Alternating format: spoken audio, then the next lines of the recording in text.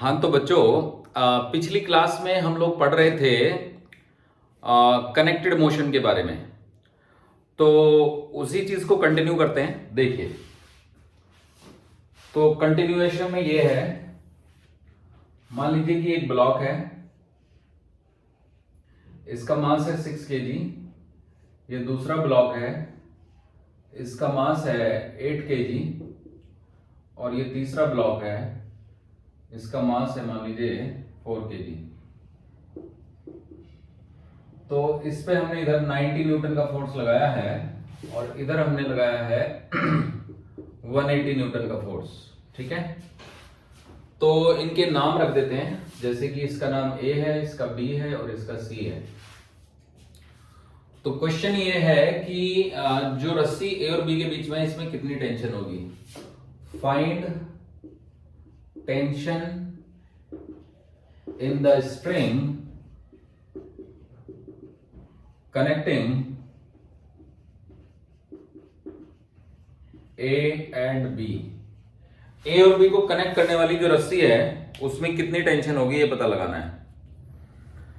तो देखिए, इसकी एक ट्रिक है और वो ट्रिक ये है कि इस टेंशन को फाइंड करना है, तो इसको हम T1 मान लेते हैं। तो ट्रिक ये है बच्चों कि आप ये जो 6 kg वाला ब्लॉक है ना, इसको तो एक ब्लॉक ही मान लेंगे, 180 न्यूटन का एक फोर्स हो ही गया। और B और C को ना एक सिंगल ब्लॉक से आप रिप्लेस कर दीजिए, तो ये B एंड C कंबाइंड हो गए और ये आपका 12 kg का ब्लॉक हो गया, इधर 90 न्यूटन का फोर्स हो गया।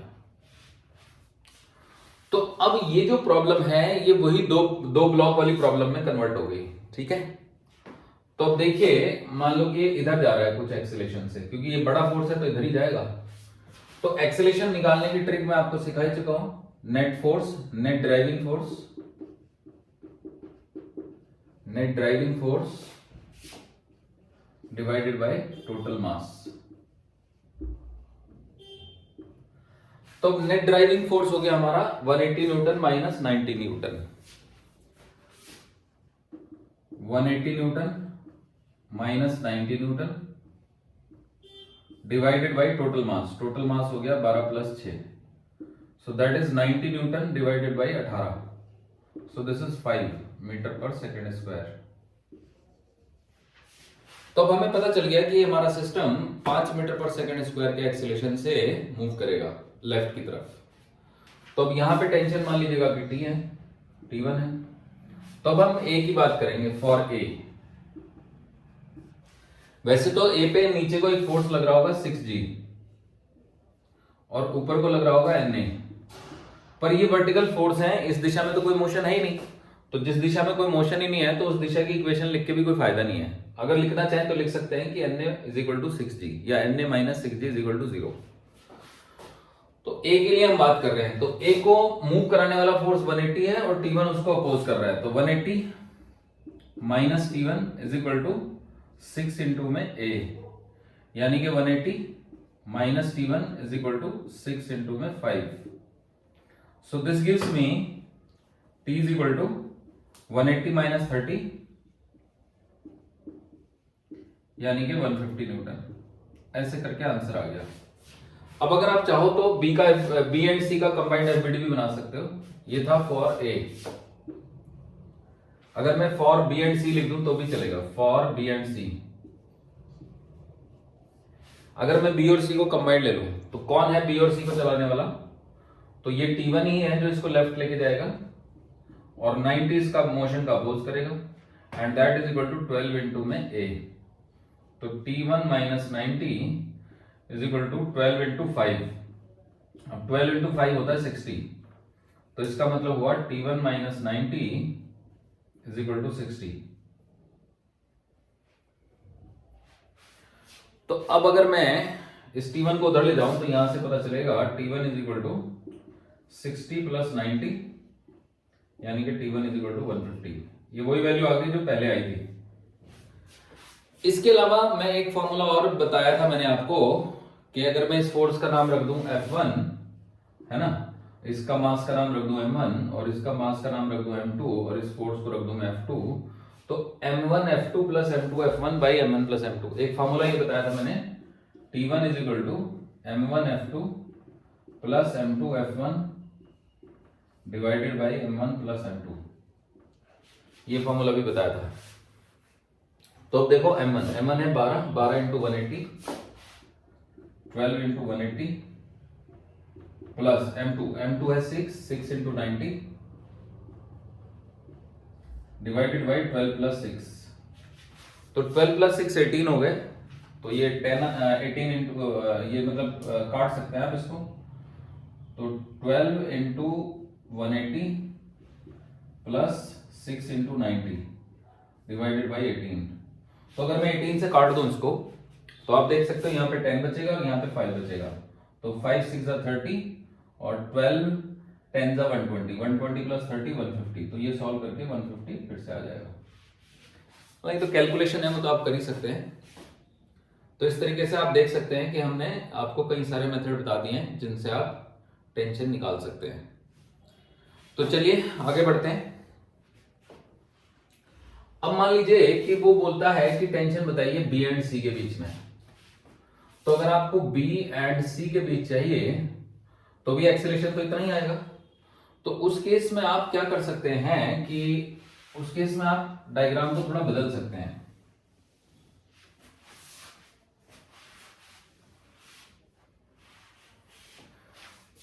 उस केस में आप ए और बी को एक सिंगल ब्लॉक ले लीजिएगा, तो ये सरफेस बनाइए, यहां पे आप ए एंड बी ले लीजिए,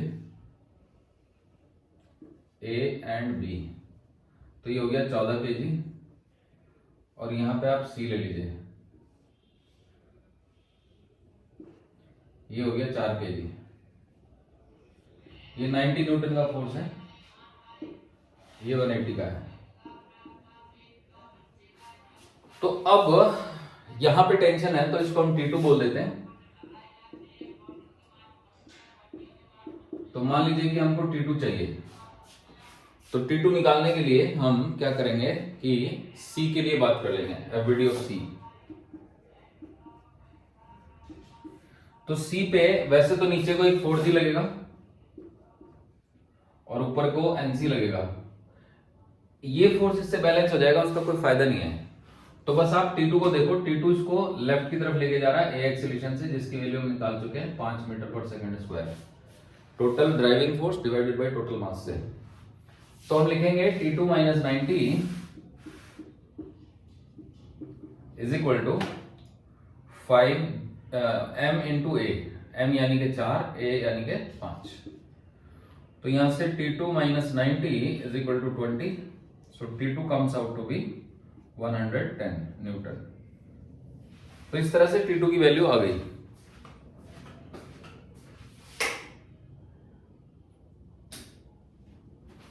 अब हम आगे बढ़ेंगे और आपको सिखाएंगे कि अगर हम A और B को कंसीडर करें ना तो उससे भी आ जाएगा।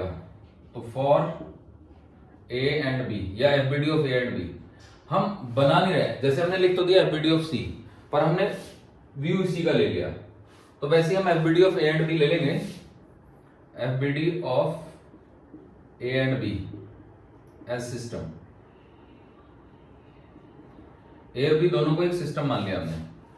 तो इस पे नीचे को 14 न्यूटन का फोर्स लग जाएगा 14 G का, और ऊपर को एक नॉर्मल रिएक्शन लग जाएगी N। तो वर्टिकल मोशन को तो भूल ही जाइए, तो मैं इसको शो भी नहीं कर रहा हूं क्या करना है वर्टिकल मोशन के बारे में बात करके। समझ गए बच्चों? Forget about vertical motion. Vertical direction में मोशन ही नहीं हो रहा, तो जहां मोशन हो ही नहीं रहा उसकी क्या बात करेंगे। तो अब देखिए ये 18 का मेरी तरफ लग रहा है फोर्स, और T2 का मेरे से दूर लग रहा है, क्योंकि रस्सी तो खींचेगी ना, जो यहां की रस्सी है ये इसको उधर खींचेगी और ये वाली रस्सी इसको इधर खींचेगी। रस्सी सिर्फ खींच सकती है, कभी धक्का नहीं दे सकती रस्सी। तो ये हो गया हमारा 180 minus T2 is equal to 14 into ए। तो 180 minus T2 is equal to 14 into a is 5। तो 180 into T2 minus T2 is equal to 70। 70 को इधर लाएंगे, T2 को उधर ले जाएंगे, तो 180 minus 70 is equal to T2। तो यहाँ से 180 में से 70 जाएंगे तो कितने बचेंगे? 110.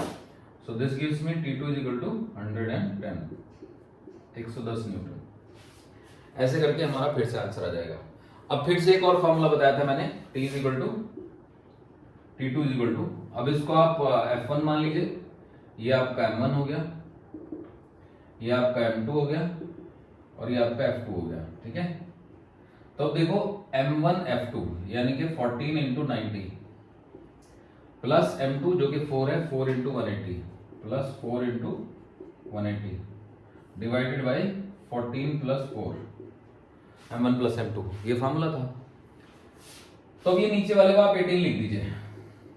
अब देखो अगर आप उससे ऊपर नीचे दोनों जगह से 18 कॉमन ले लो तो 18 अगर कॉमन आ गया तो ये आ गया 14 into 5 plus 4 into 10 divide by 18. तो 18 से 18 कट गया तो 14 5 जा 70, 70 प्लस 40 110. तो कुल मिला के there are so many methods of finding this solution. Clear हो गया? तो मुझे नहीं लगता आपको कोई दिक्कत आएगी 3 ब्लॉक में भी. हाँ, एक और सिचुएशन में बता सकता हूं. सपोज करें कि क्वेश्चन यही है बट ये 90 न्यूटन का फोर्स हमने एलिमिनेट कर दिया. तो अगर ये फोर्स एलिमिनेट हो गया तो अब चीजें बदल जाएंगी. देखिएगा,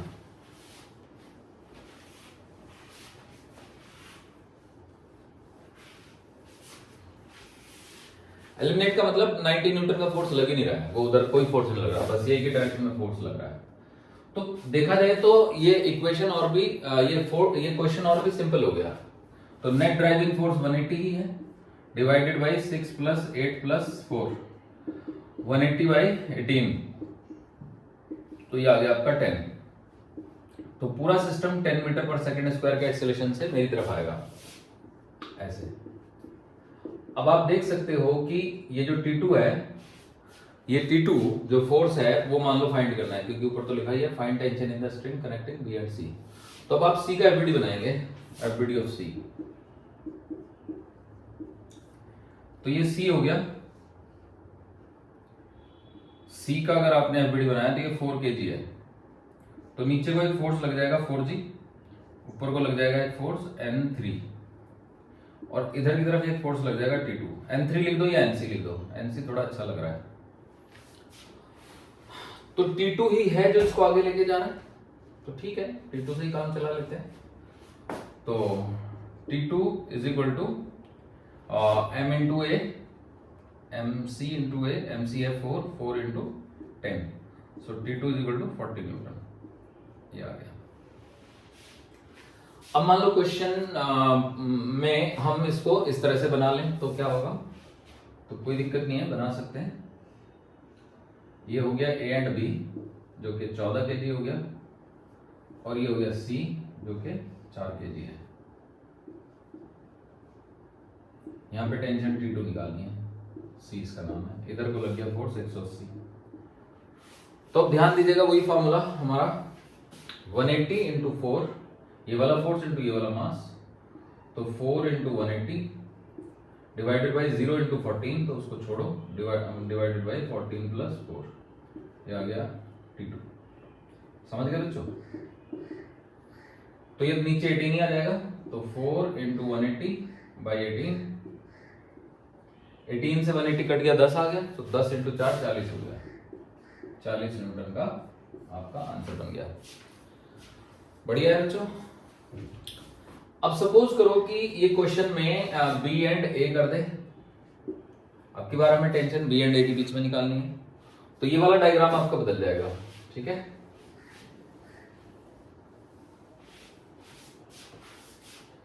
इसकी जरूरत नहीं है. तो अगर आपको B एंड A के बीच टेंशन निकालनी है तो आप A का ये एफबीडी बना लो, एफबीडी ऑफ A से भी काम चल जाएगा, या फिर B और C का कंबाइंड बना लो, कुछ भी कर लो आप. ठीक है बच्चों? तो कुल मिला के मान लो A का एफबीडी बनाया हमने, तो ये A है, ये आपका 6 kg है, ये हो गया 180 का इधर को फोर्स, इधर की तरफ फोर्स हो गया T1 का. ठीक है बच्चों?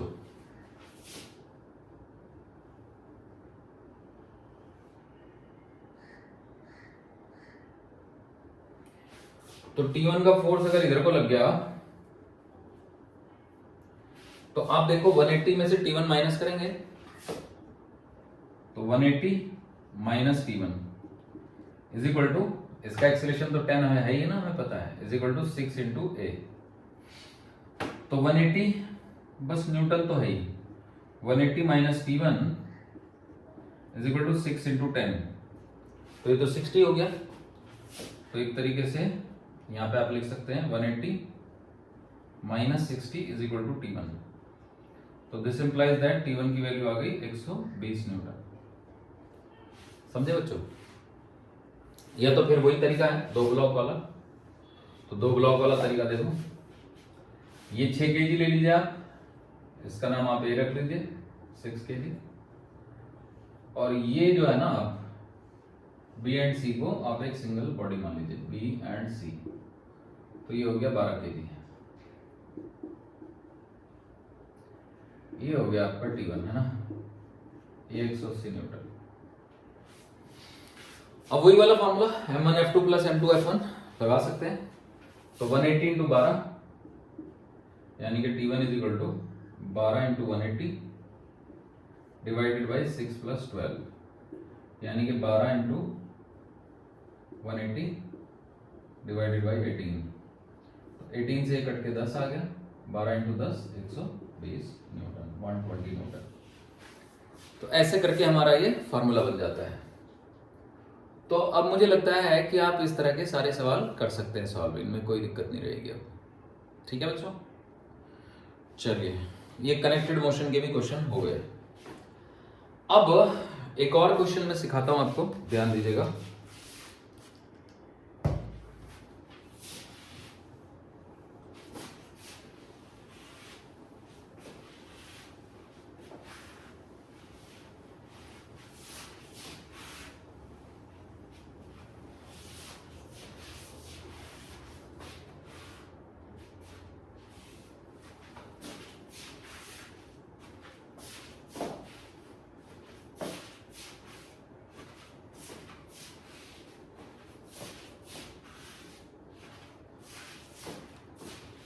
देखिए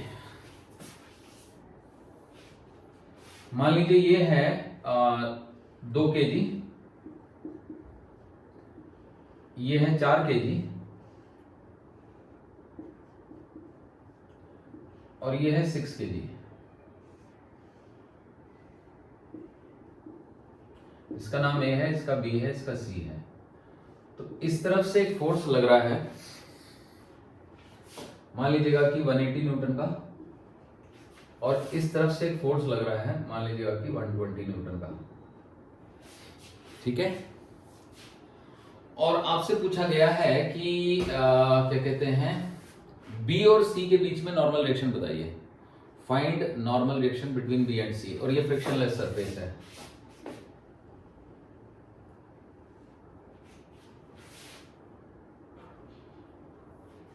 This is frictionless.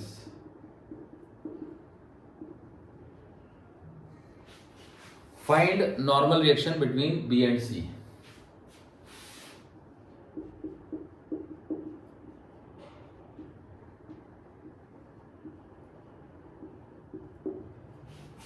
Yeah, the force exerted by B on C.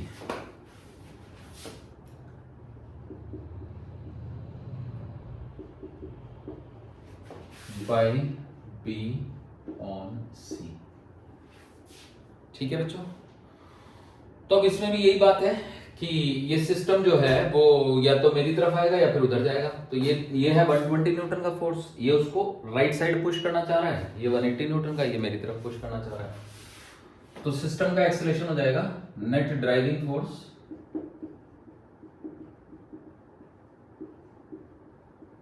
Divided by total मास। अब नेट ड्राइविंग फोर्स कितना हुआ, 180 माइनस 120, और total mass 2 plus 4 plus 6, 60 by 12, तो वही 5 आ गया। ठीक है बच्चों, 5 मीटर पर सेकंड स्क्वायर। तो 5 मीटर पर सेकंड स्क्वायर के एक्सेलरेशन से ये सिस्टम मेरी तरफ आएगा। ओके, तो हमें सी का एफबीडी बनाना है, एफबीडी ऑफ सी। तो देखिए, तो ये सी हो गया।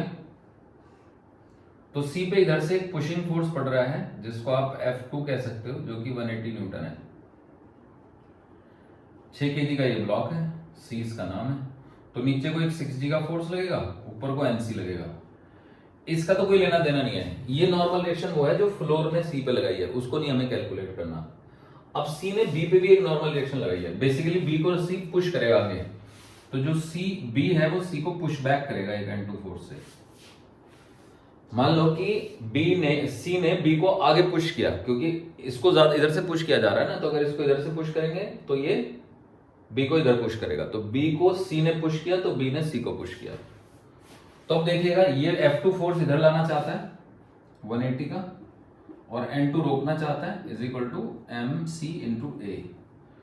तो 180 is equal to minus N2 is equal to MC है 6 इंटू 5। तो 6 इंटू 5 हो गया 30। दिस इज 180 माइनस 30 का इधर लिया, is equal to N2। So this gives me N2 is equal to 150 newton. तो इस तरीके से N2 हमको मिल जाता है। समझ आया बच्चों?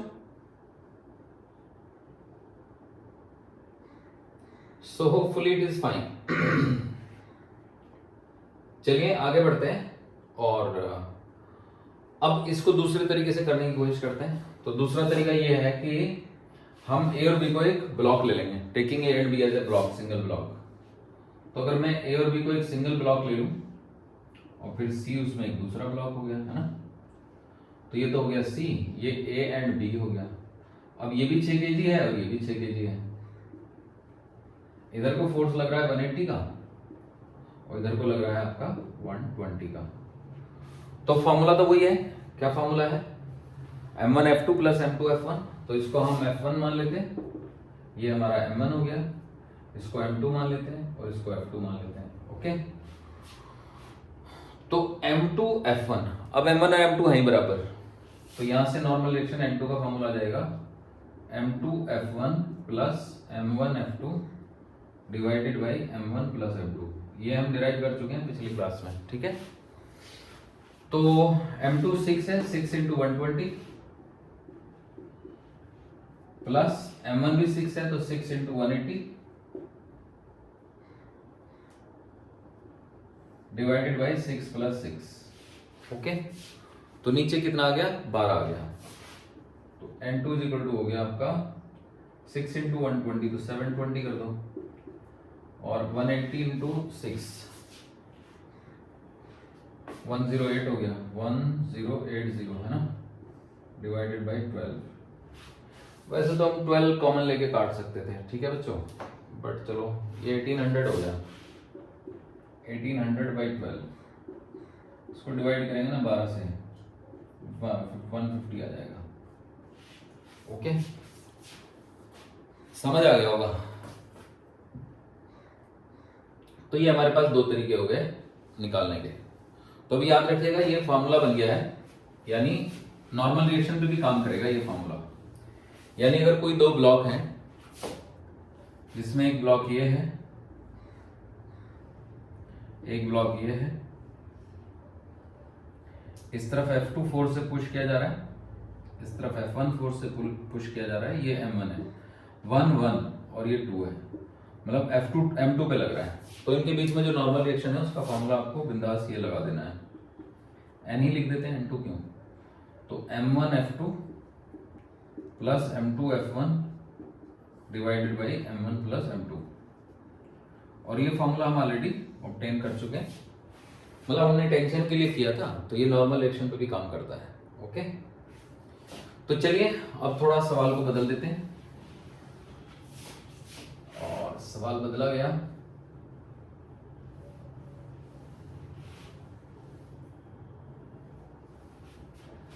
सवाल यह है कि अब की बार हमें ए और बी के बीच में फोर्स निकालना है। Force exerted by A on B, B on A, वो तो एक ही बात है, because for every action there is equal and opposite reaction. B A पे एक्सर्ट करेगा फोर्स तो ए बी पे करेगा, दोनों एक दूसरे पे फोर्स एक्सर्ट करेंगे। तो what can we do, acceleration system का तो वही रहेगा 5, ठीक है। तो अब हम क्या करेंगे कि ए को ए का ही एफबीडी बना लेते हैं, एफबीडी ऑफ ए। तो ए को अगर आप देखो तो इस पे ये एक N1 का नॉर्मल रिएक्शन एक्सर्ट किया है बी ने, बी धक्का देगा ना ए को, और ए जिसका के मास 2 kg है, हालांकि इस पे नीचे को एक 2g का फोर्स लगेगा और ऊपर को एक Na लगेगा, पर इस Na और 2g का कोई मतलब नहीं है क्योंकि इस डायरेक्शन में तो कोई मोशन हो ही नहीं रहा है। हाँ, इधर से एक फोर्स और पड़ रहा है F1 = 120, या बस 120 लिख दो इसको आप।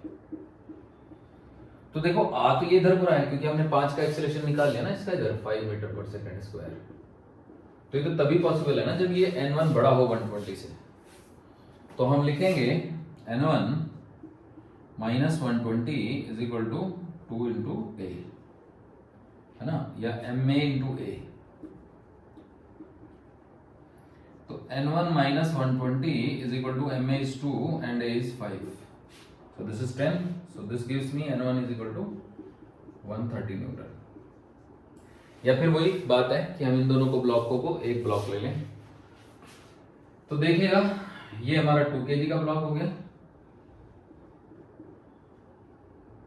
और ये जो है ना B एंड C को हमने कंबाइंड एक ब्लॉक ले लिया, B एंड C, जो कि 10 kg का है। तो इधर से एक फोर्स पड़ गया 120 न्यूटन का, और इधर से एक फोर्स पड़ गया 180 न्यूटन का, और हमें यहाँ की नॉर्मल रिएक्शन चाहिए बीच की, जिसका के नाम हम N1 रख रहे हैं।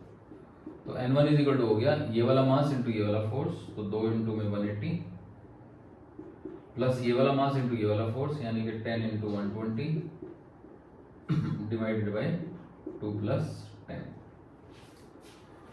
तो अब देखिएगा इसको हम एज इट इज रहने देते हैं। तो 2 × 180 प्लस 10 × 120 डिवाइडेड बाय 12। ऊपर से अगर हम 12 कॉमन ले लें तो 12 से अगर हम इसको डिवाइड करते हैं तो 15 आता है बच्चों। तो 12 कॉमन, तो 2 × 15 प्लस 10 × 10, है ना। 12 कॉमन लेंगे तो 10 ही बचेगा, यहाँ पे 15 बचेगा, ओके, डिवाइड बाय 12। तो 12 से 12 कैंसिल। अब ये 15 दूनी 30, 15 × 2 = 30 और 10 × 10 = 10, 100। तो 100 + 30 तो 130 आ गई, और ये 130 कोई वैल्यू है यहाँ पे निकली थी, समझ गए ना बच्चों। तो इस तरीके से हमने ये सॉल्व कर दिया है। और भी केसेस बन सकते हैं, ठीक है, जैसे कि मान लो हम सिर्फ एक फोर्स लगाएं, एक फोर्स को हटा दें। सपोज करो कि हम ये वाला फोर्स हटा देते हैं, ठीक है। अब पूछा जाता है कि भाई अब बताओ कैसे करोगे। तो अब अगर ये हट गया तो ये हट जाता है यहाँ से, तो यहाँ पे 180 लिखते हो आप, तो 180/12 ये 15 हो जाता है। तो अब अगर आप इसका एक्सेलरेशन निकालते हो तो 180 खत्म हो गया यहाँ से, है ना। तो ये तो 120 तो गायब ही हो गया ना। तो बस अब N1 ही पुश कर रहा है इसको, समझ रहे हो बच्चों। तो N1 अगर पुश कर रहा है तो यहां से आप सीधा लिख दोगे कि N1 = MA × A। So this gives me N1 = MA × A। A की जगह यहाँ पे 15 रख दोगे, तो 15 × 2 यानी कि 30 न्यूटन। अब यही चीज यहाँ पे भी बन जाएगी। अगर आपने ये वाला फोर्स हटा दिया तो ये हटा दीजिए आप, तो ये 120 वाली टर्म ही गायब हो जाएगी, यहाँ पे 0 आ जाएगा। तो 0 आते ही ये 0, ये टर्म गायब हो गई, है ना। तो 180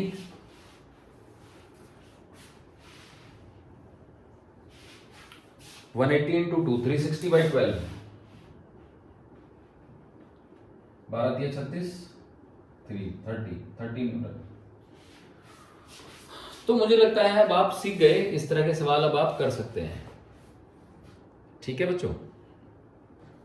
तो ये क्वेश्चन आप नोट कर लीजिएगा।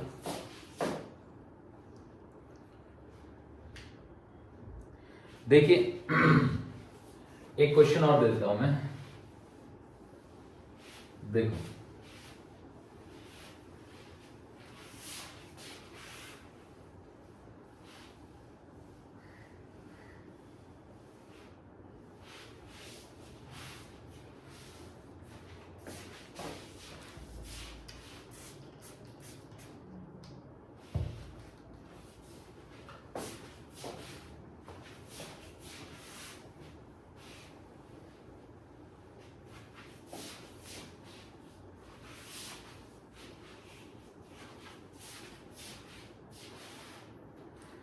देखो बच्चों,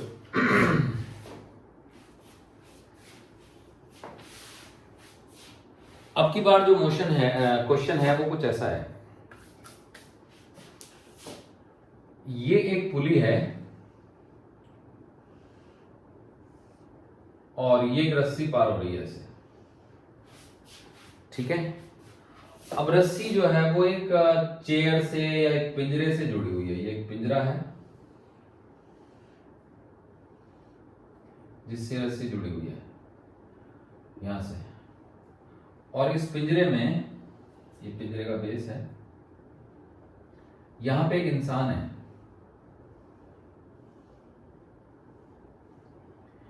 ये एक रस्सी नीचे आ रही है,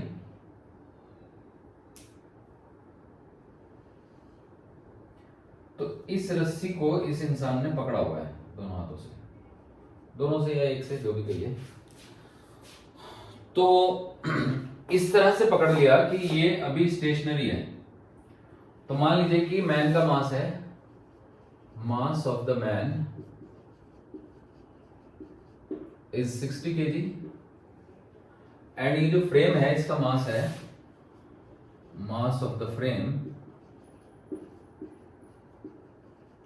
इज इक्वल टू 30 kg। आप ऐसे समझ लो कि इसने एक हाथ से पकड़ लिया इसको, है ना। So by one hand he is carrying this and by another hand he is painting the wall, या कुछ और काम कर रहा है वो। एक हाथ से इसको पकड़ लिया और एक हाथ से उसके हाथ में एक ब्रश है, तो वो पेंट करेगा दीवार पर। जस्ट एक एग्जांपल के तौर पे मैंने बता दिया कि ये ऐसा करेगा। तो अब क्वेश्चन ये है, अच्छा यहाँ पे एक ना वेइंग मशीन लगी हुई है, तो इस फ्रेम का जो वेट है वो इंक्लूडिंग वेइंग मशीन, तो यहां पे एक वेइंग मशीन है।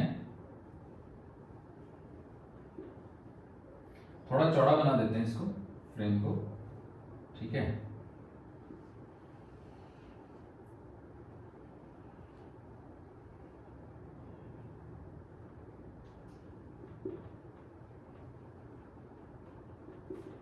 मतलब ये फ्रेम ऐसा है कि जिसमें जो है ना, जब ये ठहरता है तो उसका वेट भी मेजर हो जाता है साथ साथ, ठीक है। तो क्वेश्चन पहला ये है कि by what force the man should pull the rope in order to keep himself stationary. By what force the man should pull the rope to keep himself stationary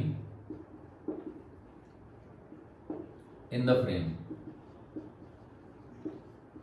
frame के अंदर अपने आप को स्टेशनरी रखने के लिए मैन को रोप को कितने फोर्स से पुल करना चाहिए। तो देखिए कैसे करेंगे इसको। तो सॉल्यूशन, अब मान लीजिए कि ये रस्सी है, तो रस्सी को मैन नीचे पुल कर रहा है। तो अगर रस्सी को मैन नीचे पुल करेगा तो रस्सी भी मैन को ऊपर पुल करेगी। तो अगर मैं मैन का एफबीडी बनाऊं, एफबीडी ऑफ मैन, है ना, तो मैन को हम एक डॉट बना देते हैं। मैन ने रस्सी को पुल किया, तो रस्सी ने मैन को पुल किया।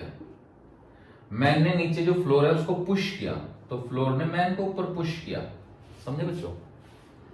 अब अर्थ ने मैन को नीचे पुल किया, और इसको मैं सीधा सीधा 60G लिख देता हूं। ओके, देखो मैन के ऊपर रस्सी है, रस्सी को वो खींचेगा तो रस्सी उसको खींचेगी। मैन के नीचे फ्लोर है, रिजिड फ्लोर, फ्लोर को वो पुश करेगा तो फ्लोर उसको ऊपर पुश करेगा, क्योंकि पुशिंग फोर्स हमेशा, है ना, दूर की तरफ होगा सरफेस से, और पुलिंग फोर्स हमेशा उसकी तरफ होगा, रस्सी की तरफ। तो अब T और N दोनों ऊपर को है, 60G नीचे को है, तो T प्लस N मिलके 60G हो जाते हैं। हालांकि इससे कुछ काम बना नहीं हमारा, तो कोई बात नहीं, इसका एक दूसरा पार्ट भी है और वो भी मैं बताऊंगा।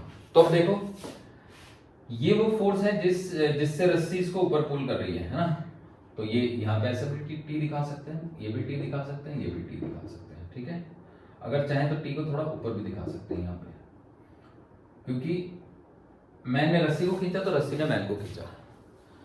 अब अगर आप चाहते हैं कि इसको कर लें सॉल्व, तो एक काम करेंगे कि यहां पे बना लेंगे हम एक डॉटेड लाइन, और ये डॉटेड लाइन बता रही है कि ये आपका सिस्टम है। सिस्टम का मतलब होता है this portion is under your consideration. इसको आप एक सिंगल एंटिटी मान लो।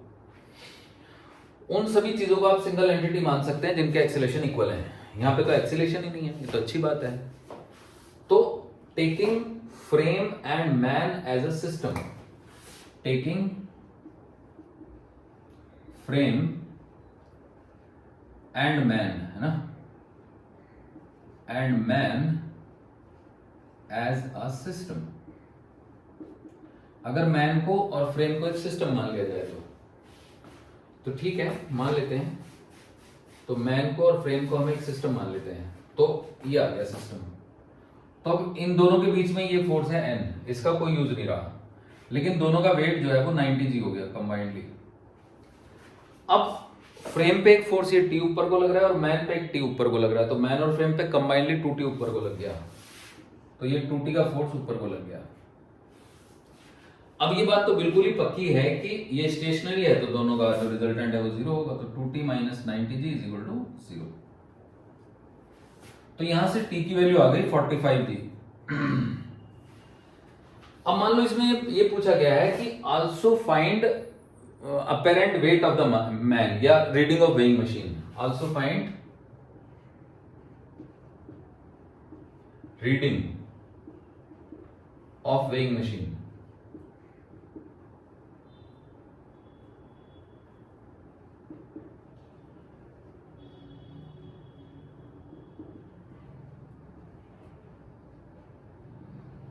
वेइंग मशीन की रीडिंग भी बताओ। तो अगर वेइंग मशीन की रीडिंग बतानी है तो वो एनी तो है उसकी रीडिंग वेइंग मशीन की, क्योंकि वेइंग मशीन क्या मेजर करेगी, वेट ही तो मेजर करेगी। No sorry, weighing machine normal reaction measure करेगी। तो T की जो वैल्यू 45 हमने निकाली है वो यहां डाल देंगे, तो 45G plus N is equal to 60G। तो यहां से N की वैल्यू आ गई हमारी 15G। अब 15G को हम बोल सकते हैं 15 kg वेट, ये मैं आपको सिखा चुका हूं। तो जो वेइंग मशीन है उसमें इस इंसान के वेट का 1/4 वेट मेजर हो रहा है, मतलब मशीन कहेगी कि इस इंसान का वेट 15 kg है। समझ रहे हो बच्चों? तो ये ऐसे हो गया। अब हम इस सवाल को बदल देते हैं, ध्यान से देखिएगा। By what force the man should pull the rope to keep himself stationary in the frame. ये स्टेशनरी का केस था। अब मान लो कि वो स्टेशनरी नहीं रखना चाहता अपने आप को, मतलब ये तो फिर काम तो नहीं कर पाएगा वो, क्योंकि काम तो उसको स्टेशनरी नहीं रखना, स्टेशनरी रह के करना है। Pull the rope to move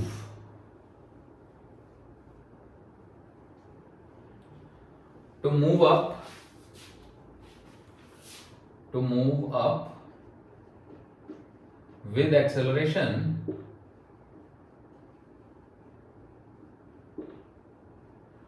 G/4। also find reading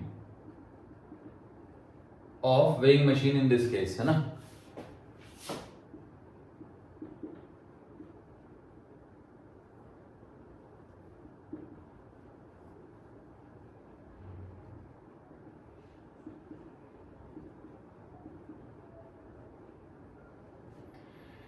इस केस में वेइंग मशीन की रीडिंग क्या होगी ये भी बता दीजिए, ठीक है बच्चों।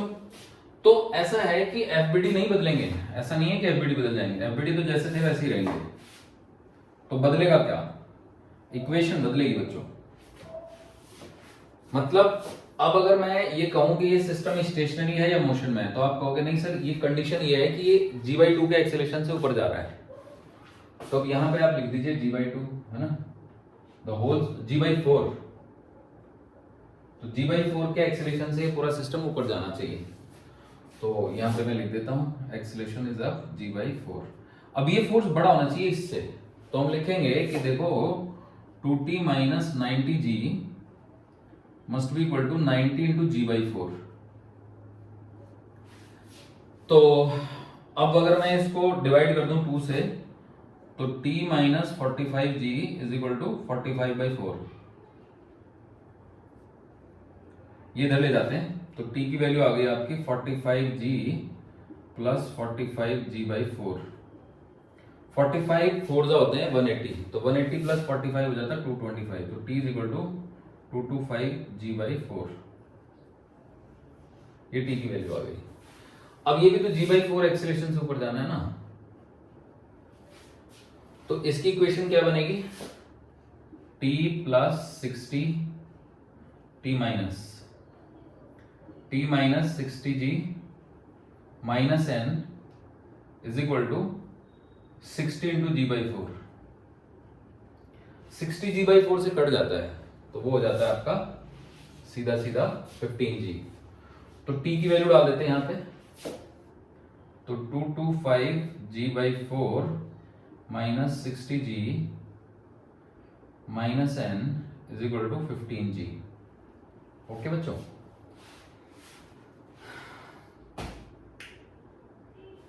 तो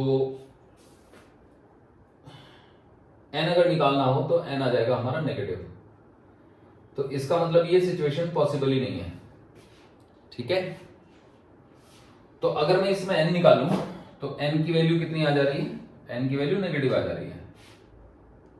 देखो 225g/4 minus 75g is equal to n आ गया।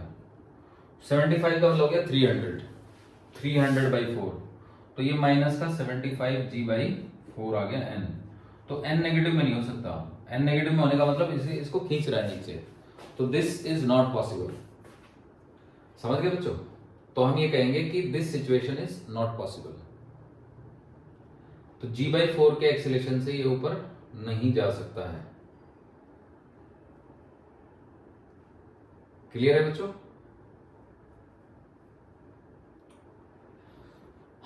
ओके, तो अब इसमें अगला क्वेश्चन हम लाते हैं, और अगला क्वेश्चन है ये कि by what force the man should pull the rope so that the weighing machine reads actual weight of the man.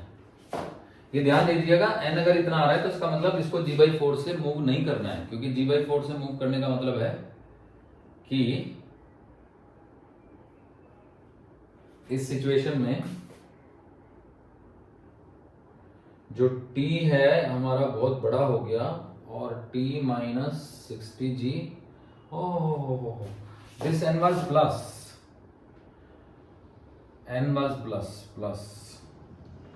तो n इज प्लस, तो प्लस n है तो ये जो है ना इधर आ जाएगा। So I hope the answer will be there. देखिए n को तो प्लस होना है। ओके, देखो t भी ऊपर को है, n भी ऊपर को है, तो दोनों फोर्स ऊपर को है ना, तो ऊपर को फोर्स हो गए दोनों, यानी कि हम लिखेंगे ऊपर की तरफ लगने वाला फोर्स हो गया t प्लस n और minus 60g is equal to this. तो दिस इज क्वाइट पॉसिबल। तो t की वैल्यू ये डाल दी हमने, तो अब इसमें से घटाएंगे 240, तो दिस इज माइनस के 15g/4 plus n is equal to 15g। So this gives me n is equal to 15g minus 15 plus 15g/4, 15g है ना plus 15g/4, so 15 4 60, so this is 75g/4। ये आ गया वेइंग मशीन की reading. तो 75/4 होते कितने हैं? अगर 80/4 होते तो 20 हो जाते हैं, तो ये हो जाएंगे आपके 18.87g, यानी कि n की वैल्यू आ गई, तो जो रीडिंग हो जाएगी एक तरीके से 18.87 नहीं 18.75 kg वेट हो जाएगा। मतलब पहले से तो ज्यादा ही हो गई। ठीक है बच्चों, पहले से ज्यादा रीडिंग आ गई। तो अब मैं इसको थोड़ा और बदल देता हूं क्वेश्चन को। ठीक है, देखिएगा यहां पे एक छोटी सी मिस्टेक हो गई थी, n मैंने नीचे को ले गया था, n तो ऊपर की तरफ है, तो n और t दोनों मिलके उसमें से 60g माइनस करना है, ये ध्यान रखिएगा। तो इसीलिए वो सिचुएशन पॉसिबल नहीं आ रही थी, तो मुझे लगा ऐसा कैसे हो गया। पर इसमें कभी कभी ऐसा हो जाता है कि वो तब होता है जब ये चीज भारी होती है फ्रेम, तो उस केस में इंसान ऊपर उठ जाता है जब ज्यादा जोर से खींच लेता है, तो नॉर्मल रिएक्शन नेगेटिव आ जाती है। पर इसमें तो मैंने ना मैन को ही भारी बनाया है, इसलिए ऐसी दिक्कत नहीं आएगी। तो ठीक है, अब मैं केस बदलता हूं। देखो बच्चों, the new case is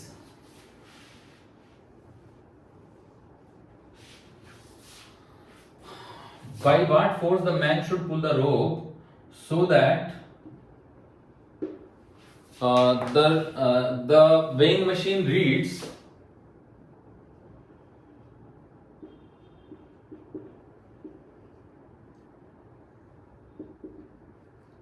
the weighing machine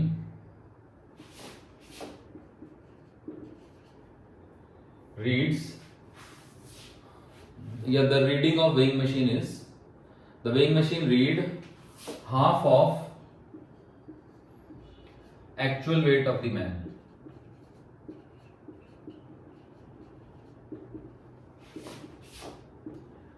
अब जो सिचुएशन है वो बदल दी मैंने।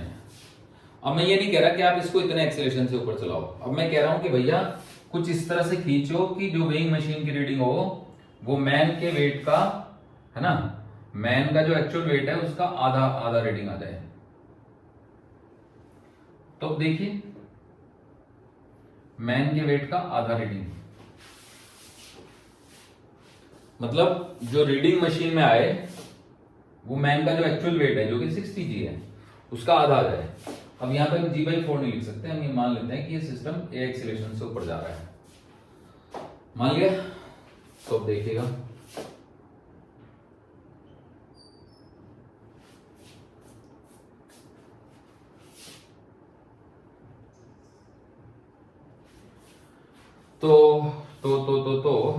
तो कुल मिला के पहले ये इक्वेशन लिखते हैं। तो इसका एक्सीलरेशन a है जी, t है ऊपर को, n भी है ऊपर को, और -60g ये है नीचे को, is equal to 60 into a की वैल्यू नहीं पता है हमें, पर n की पता है, n की 30g हो गई।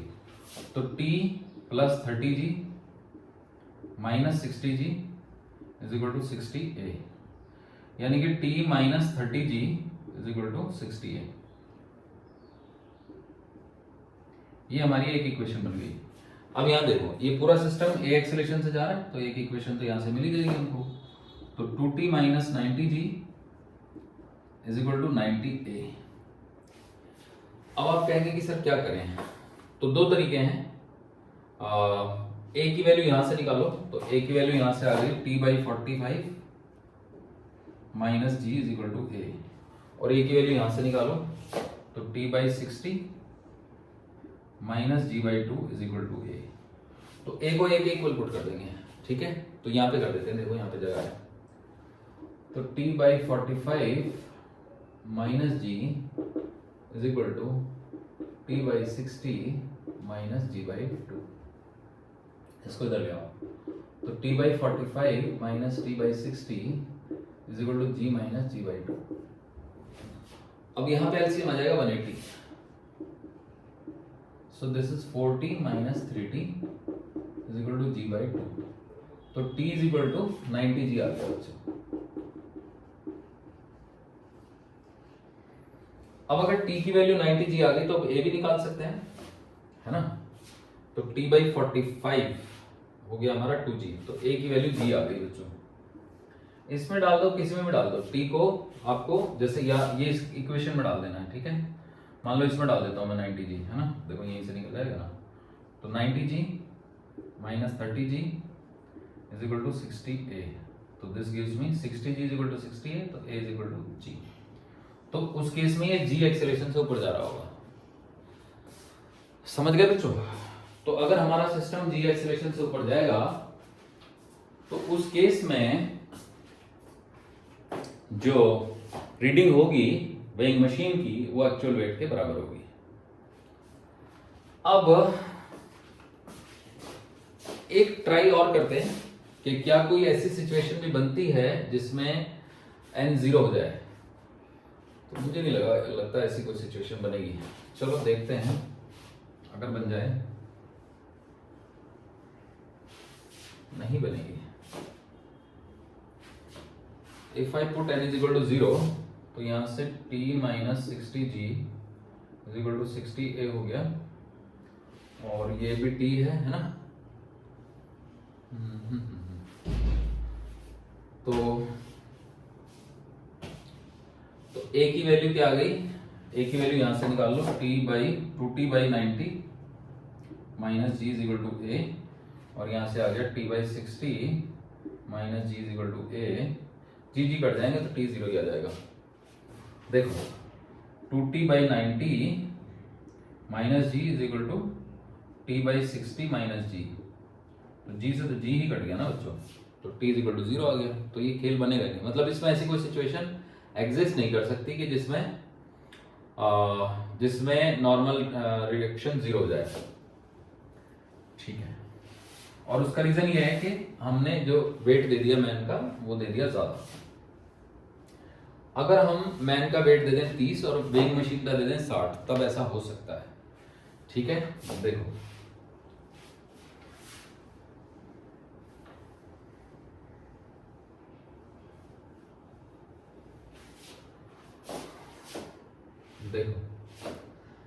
मास of the man is 30 kg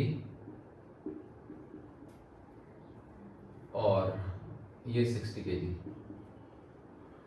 So by what force the man should pull the rope so that the weighing machine reads 0?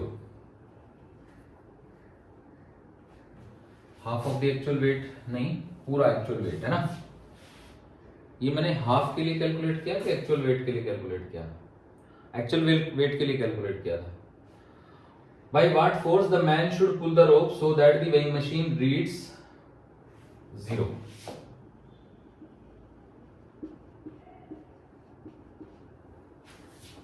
इसमें देखते हैं चेक करके कि ऐसा हो पाएगा कि नहीं। तो देखो ये मैन का एफबीडी बनाया मैंने, तो मैन पे टी ऊपर को लग रहा है, एन भी ऊपर को लग रहा है, और 30g नीचे को लग रहा है। तो टी माइनस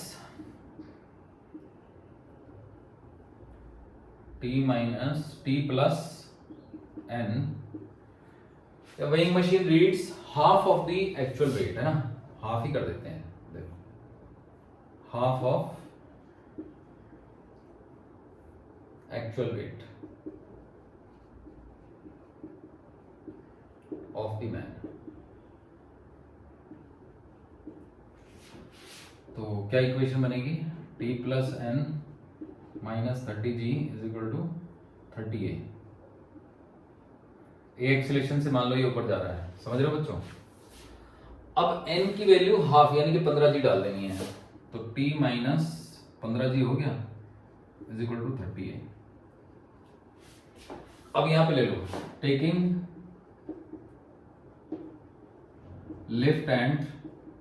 लिफ्ट कह सकते हैं या फिर फ्रेम कह सकते हैं, frame and man as system. तो ये हो गया frame and man as a system. तो 2t ऊपर को लग गया, 90g नीचे को लग गया,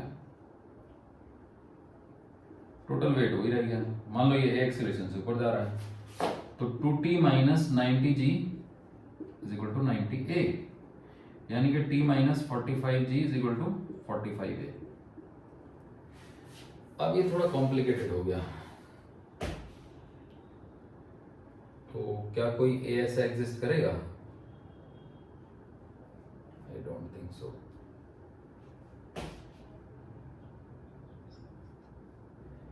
कोई नहीं, करके देखते हैं चेक।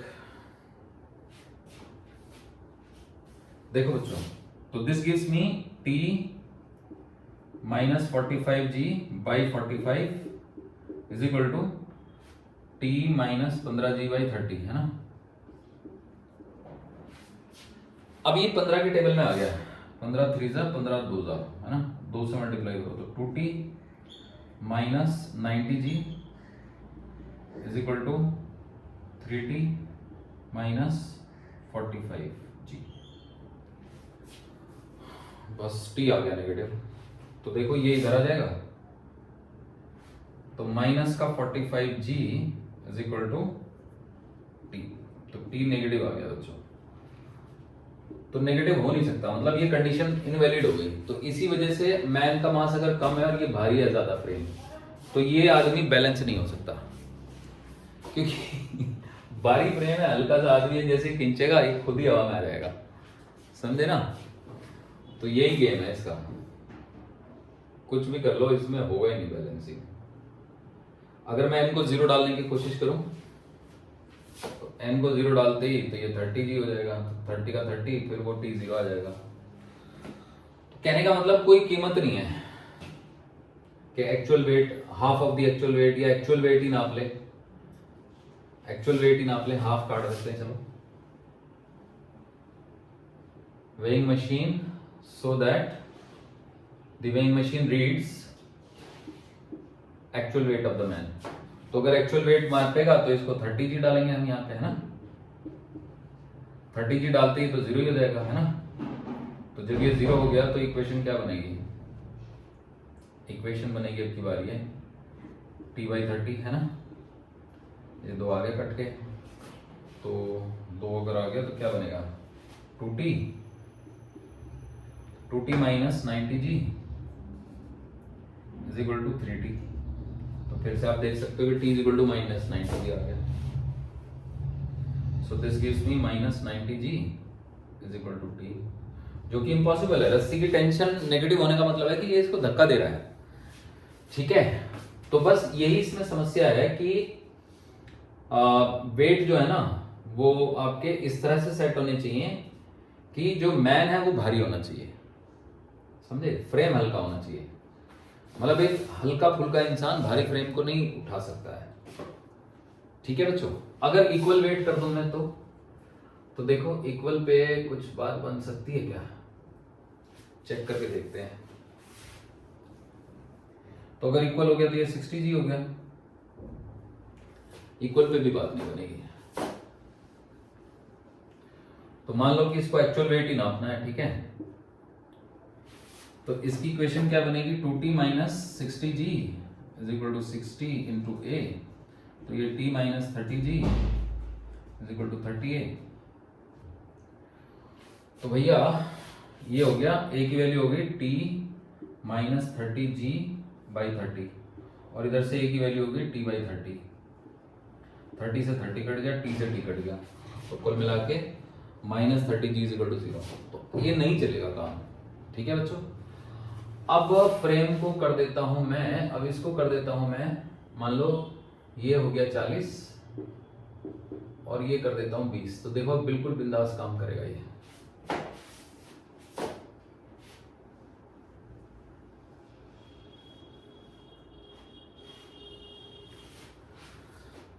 तो मैन का एफबीडी बना रहे हैं ना, मैन 40 kg का है, तो ये 40 हो गया। तो t minus 40g, t plus n minus 40g is equal to 40a। अब हम तो एक्चुअल वेट ले रहे हैं ना, तो ये 40g कट गया, तो t is equal to 40a। अब ये तो ऐसे ही रहेगा, इसमें कोई दिक्कत नहीं है, क्योंकि टोटल वेट तो उतना ही है ना। तो अब बनेगी बात, देखो यहां से t माइनस 30g, मैं यहाँ पे a निकाल रहा हूँ बच्चों, t minus 30g divided by 30 is equal to a, और यहां से t by 40 is equal to a। तो मैं क्या कर रहा हूँ, a को a के इक्वल पुट कर रहा हूँ, ठीक है। तो देखो t minus 30g by 30 is equal to t by 40। अभी कट गया, ये 3 आ गया, ये 4 आ गया, तो 4 से मल्टीप्लाई करते हैं, तो ये हो गया 4t minus 120g is equal to 3t। t को इधर लाएंगे तो t is equal to 120g। तो पॉजिटिव आ गया ना, तो t पॉजिटिव का मतलब बस ये वैलिड है भैया। इनवैलिड तो तभी होगा ना जब t नेगेटिव हो जाएगा। रस्सी में टेंशन नेगेटिव होने का मतलब आप रस्सी को धक्का दे रहे हो, और रस्सी धक्का देने के लिए थोड़ी होती है, जैसे आप उसको धक्का दोगे वैसे वो स्लैग कर जाएगी। स्लैग का मतलब ढीली पड़ जाएगी। तो कहने का मतलब आपने देख लिया कि जब जब हमने मैन का मास जो है वो फ्रेम के मास से कम लिया या इवन इक्वल भी लिया, तो ये हवा में उठ गया, टेंशन नेगेटिव आ गई। तो अगर आप चाहते हैं कि मैन इस केज को संभाल ले, तो ये तभी संभव है जब मैन का जो वजन है वो केज से ज्यादा हो। तो मुझे लगता है आप ये सब समझ गए, ठीक है बच्चों।